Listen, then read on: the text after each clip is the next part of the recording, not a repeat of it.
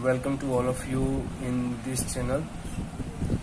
बेटा आज हम chapter 1 real number exercise 1.2 and 1.4 हम इस चैप्टर को हम आज कंप्लीट कर देंगे। आज हम एमसीक्यूज वगैरह ये भी डिस्कस करेंगे। कुछ मैं आपके लिए एमसीक्यूज लेकर आया हूँ, इम्पोर्टेंट एमसीक्यूज हैं, ठीक है, क्योंकि आपको मालूम है कि आपकी फर्स्ट टर्म में ये चैप्टर आने वाला है और फर्स्ट टर्म में एमसीक्यूज आएंगी।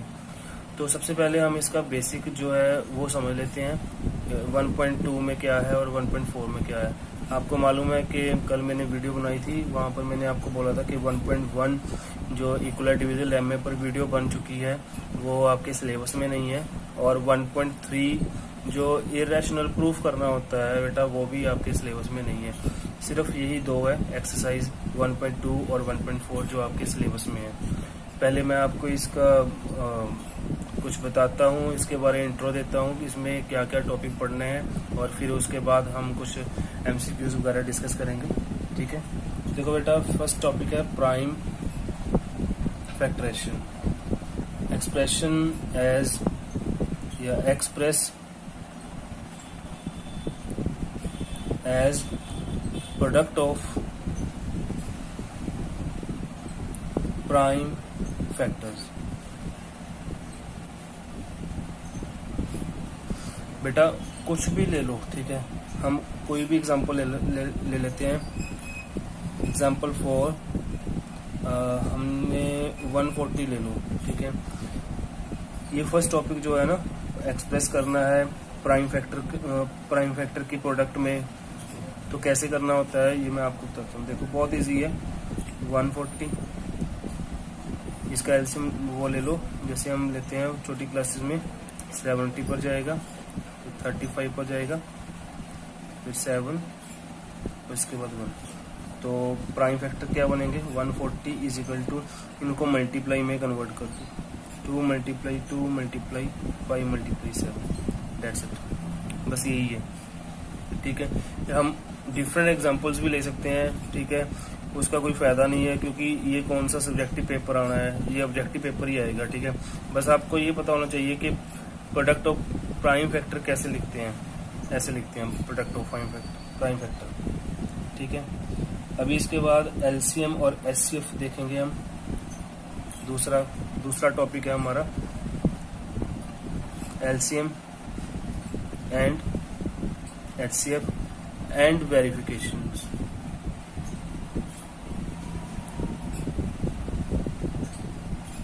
एंड वेरिफिकेशंस, ठीक है।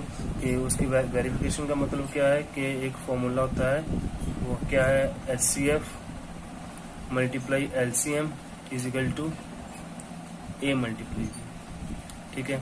ए और बी कोई भी दो नंबर होते हैं, तो उसमें वैल्यू पुट करके एलसीएम निकाल के एचसीएफ निकाल के लेफ्ट साइड और राइट साइड दोनों इक्वल आएंगे, ठीक है। जैसे कोई भी एग्जांपल ले लो। एग्जांपल ले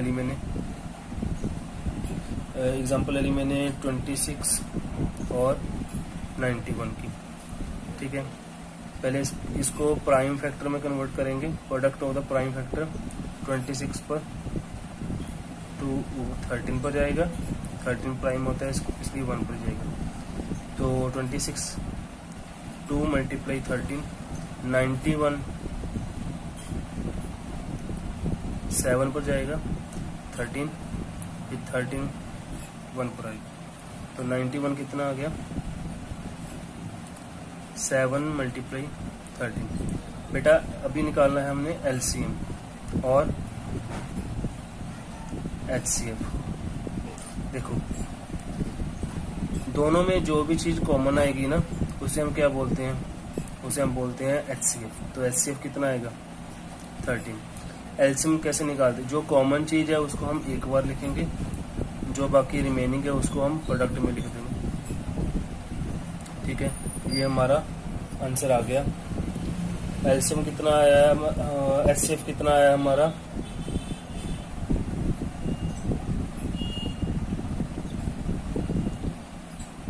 182, ठीक है।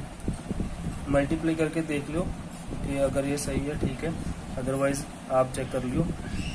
13 मल्टीप्लाई 2 26 होते हैं, 26 मल्टीप्लाई 7 182 ही होते हैं, ठीक है। हमारा एलसीएम कितना है? 182 और एचसीएफ कितना है? 30। अभी वेरिफिकेशन करनी है। वेरिफिकेशन कैसे करेंगे बेटा, LCM multiply HCF is equal to A multiply B। LCM कितना है मेरा 182 मल्टीप्लाई HCF कितना है मेरा 13 और A की वैल्यू कितनी है मेरी 26 मल्टीप्लाई 91। बेटा इसको मल्टीप्लाई करो, इसको मल्टीप्लाई करो, दोनों का आंसर सेम आने वाला है। अगर सेम आया तो वेरीफाइड, अदरवाइज नॉट। ठीक है, ये मैं आप पर छोड़ता हूँ मल्टीप्लाई। उसके बाद जो टॉपिक है थर्ड टॉपिक, उसका नाम है 6a की power n can and with digit 0। देखो बेटा इसका बहुत इजी सा आंसर है, a की power n can and with digit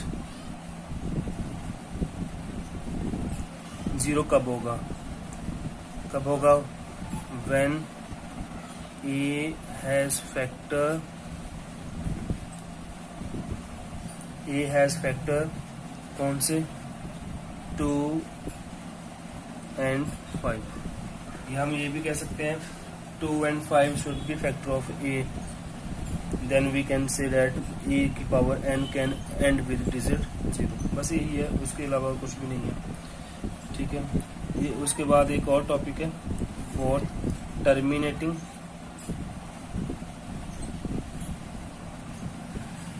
and non terminating.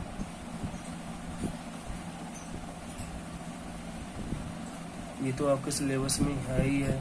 ठीक है, इसमें से क्वेश्चन भी बनेगा। देख लो कैसे बोलते हैं, टर्मिनेटिंग किसे बोलते हैं और नॉन टर्मिनेटिंग किसे बोलते हैं। एग्जाम्पल के थ्रू से समझाऊंगा मैं आपको। 13/3125। बेटा अगर कोई चीज ऊपर नीचे कटती है तो काट दो, अगर नहीं कटती तो नीचे वाले के फैक्टर बना लो। ठीक है, 31/25 5 पर जाएगा, 6/25 फिर 5 पर, 1/25 फिर 5 पर, 25 और 5 पर 1। 1 2 3 4 5, इसे हम क्या लिख सकते हैं 13/5 की पावर 5। ठीक है, इस अभी बोलना है कि ये टर्मिनेट है या नहीं टर्मिनेट। हम बोलेंगे it is in the form of 2 की पावर n 5 की power m, so it is terminate. देखो बेटा मैं आपको एक सिंपल सी बात बताता हूँ, जो डिनोमिनेटर होता है ना, डिनोमिनेटर में अगर 2 एज फैक्टर आ जाए या 5 एज फैक्टर आ जाए या दोनों आ जाए, ठीक है, तो उसे हम क्या बोलते हैं टर्मिनेट बोलते हैं। ठीक है, अगर 2 और 5 के अलावा कुछ और आता है या 3 आता है या 7 आता है या 11 आ रहा है, ठीक है, 2 और 5 के अलावा कुछ और आ रहा है तो उसे हम क्या बोलेंगे नॉन टर्मिनेट। सिर्फ 2 और 5 आने चाहिए नीचे, या 2 आ जाए या 5 आ जाए या दोनों आ जाए। इन दोनों डिजिट के अलावा अगर कुछ और भी आता है तो उसे हम क्या बोलेंगे नॉन टर्मिनेट बोलेंगे।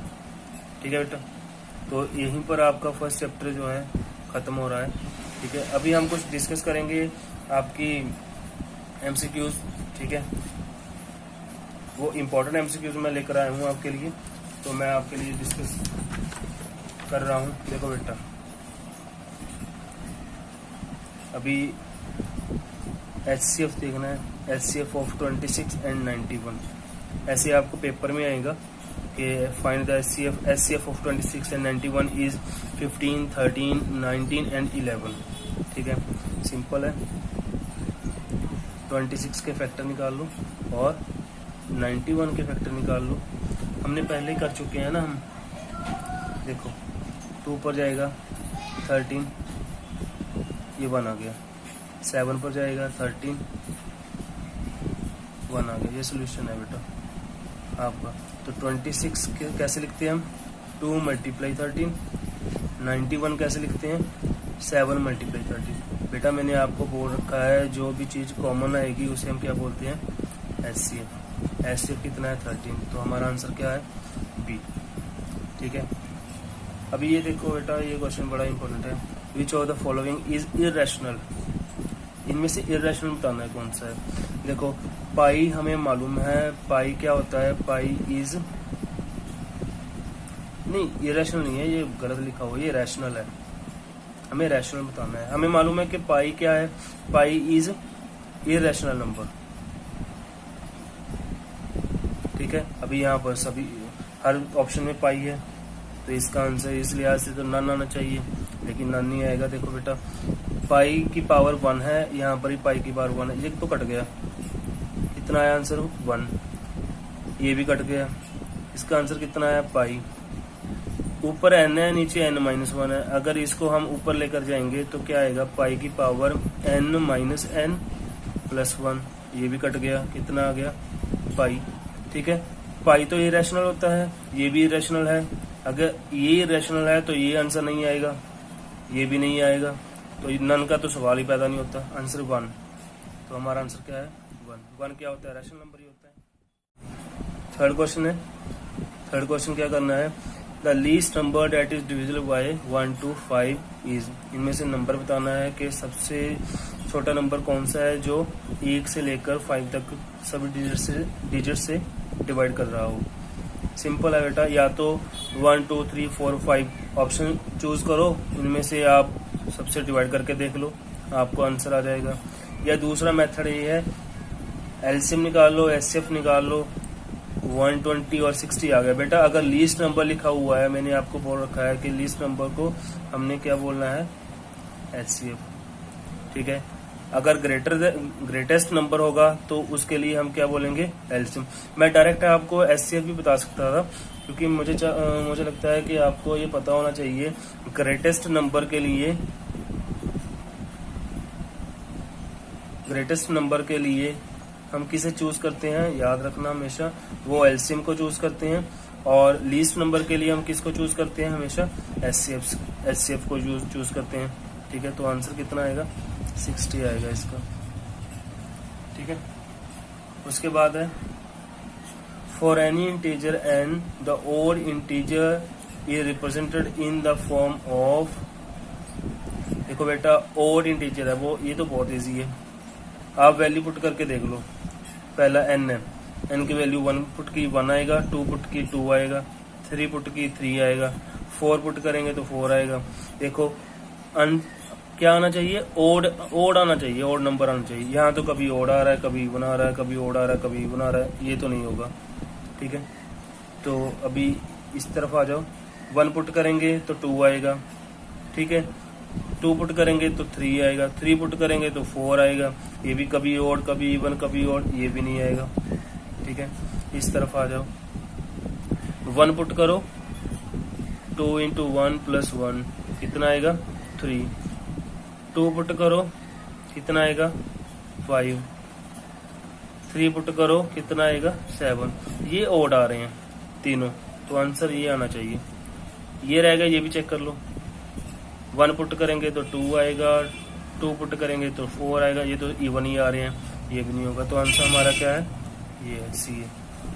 ठीक है, नेक्स्ट है, अगर b की वैल्यू 3 है, for any integer can be express, तो इंटीजर को हम कैसे एक्सप्रेस कर सकते हैं। ये तो बेटा हमने इक्वल डिविजन लेमा में किया हुआ था कि अगर b की वैल्यू 3 है तो हम इसे कैसे लिख सकते हैं, a = 3q + r, और r की वैल्यू कितनी होगी, r = 0 1 2। क्लियर, अभी 0 पुट करेंगे यहाँ पर तो कितना आएगा, 3q + 0। 1 पुट करेंगे यहाँ पर तो कितना आएगा, 3q + 1। 2 पुट करेंगे क्या आएगा, 3q + 2। ये आपका सोल्यूशन है, साथ में सोल्यूशन दे रहा हूँ मैं आपको। ठीक है, तो 3 आ गए ना, 3q + 0 तो 3q होता है, ये पढ़ा है पहले ही। आंसर हमारा क्या है, ये सिर्फ 3q नहीं आएगा, सिर्फ 3q + 1 ही आएगा, ये तो बिल्कुल भी नहीं आएंगे दोनों, नन तो सवाल ही पैदा नहीं होता। ठीक है, अभी थर्ड है, product of 3 consecutive positive integer. अच्छा जी, 3 कॉन्जिक्यूटिव पॉजिटिव इंटीजर का प्रोडक्ट क्या होगा? 4 होगा, 6 होगा, ओनली 1 होगा, ये इनमें से कुछ नहीं होगा। कोई भी ले लो, मैंने 1 ले लिया, 2 ले लिया, 3 ले लिया, मल्टीप्लाई करो जी, कितना आ रहा है? ऑब्वियसली 6 आ रहा है, ठीक है। चलो हम कुछ और ले लेते हैं, 2 ले लेते हैं, 3 ले लो और 4 ले लो, कितना आएगा? 24। ठीक है, तो 24 भी 6 में लिख सकते हैं, 6 मल्टीप्लाई 4, ठीक है। यहाँ पर भी 6 आ रहा है, यहाँ पर भी 6 आ रहा है, ठीक है। अगर और करेंगे वहां पर भी 6 आएगा, तो हमारा आंसर क्या होगा? बी होगा। अभी आप पूछोगे सर यहाँ पर तो 4 भी आ रहा है, तो 4 क्यों नहीं ले रहे? बेटा 4 इसलिए नहीं ले रहे कि यहाँ पर 4 नहीं आ रहा। अगर यहाँ पर 4 आता तो हम 4 ले लेते, ठीक है ना। तो हमारा आंसर क्या बनेगा? 6 बनेगा। अभी नेक्स्ट हमें LCM of given number X and Y, 2 number हमें दे दिए, उनका एलसीएम है, ठीक है। वो क्या है? Where Y is a multiple of X is given by. बेटा ये तो रिजल्ट है, ये याद रख लो। अगर वाई क्या है? एक्स का मल्टीपल है, तो हमेशा आंसर वाई आएगा। अगर इसका उल्ट भी बोल सकते हैं ना, कि अगर एक्स बोलते हैं X is a multiple of Y, तो उसका आंसर हमेशा एक्स आता, ठीक है। इसका आंसर हमेशा क्या आएगा?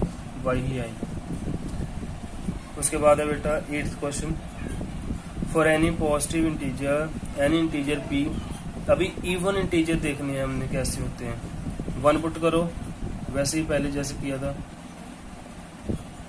2 और 1 कितना आया? 3। पहले 3 आ गया, ओड आ गया, इसका मतलब ये तो नहीं है। 2 इसको अगर हम पुट करेंगे 1, 2 इंटू 1 कितना आया? 2, 2 इंटू 2 कितना आया? 4। ये 2, 4, 6, 8 ऐसे आएगा, ये इवन है। अभी यहाँ पर पुट करो, 1 पुट करेंगे 2 आएगा, 2 पुट करेंगे 3 आएगा, ऑड आ रहा है इस करके, इसलिए ये नहीं आएगा। पी से तो सिर्फ काउंटिंग ही बनेगी, 1, 2, 3, 4 एंड सो ऑन, ये भी बिल्कुल नहीं आएगा, ठीक है। लास्ट क्वेश्चन है इस वीडियो का, product of the 2 consecutive natural number. अगर हम 2 नेचुरल नंबर को मल्टीप्लाई करें, कॉन्जिक्यूटिव किसे बोलते हैं? जो एक साथ पड़े हो, जैसे 2 और 3, 4 और 5, 2 और 3, 4 और 5 एंड सो ऑन। इनको मल्टीप्लाई करो बेटा, कितना आएगा? 6 आएगा। इनको मल्टीप्लाई करो बेटा, कितना आएगा? 20। 6 और 20 कितने होते हैं? और इवन ही तो होते हैं, तो इसका आंसर क्या आएगा? इवन आएगा हमेशा। प्राइम तो बिल्कुल नहीं आएगा, ऑड भी नहीं आएगा, नन भी नहीं आएगा, ठीक है बेटा। इस तरह के आपको क्वेश्चन आएंगे पेपर में, और हम आपकी तैयारी करवाते रहेंगे इस चैनल पर, और आप हमें सपोर्ट करते रहना। Thank you.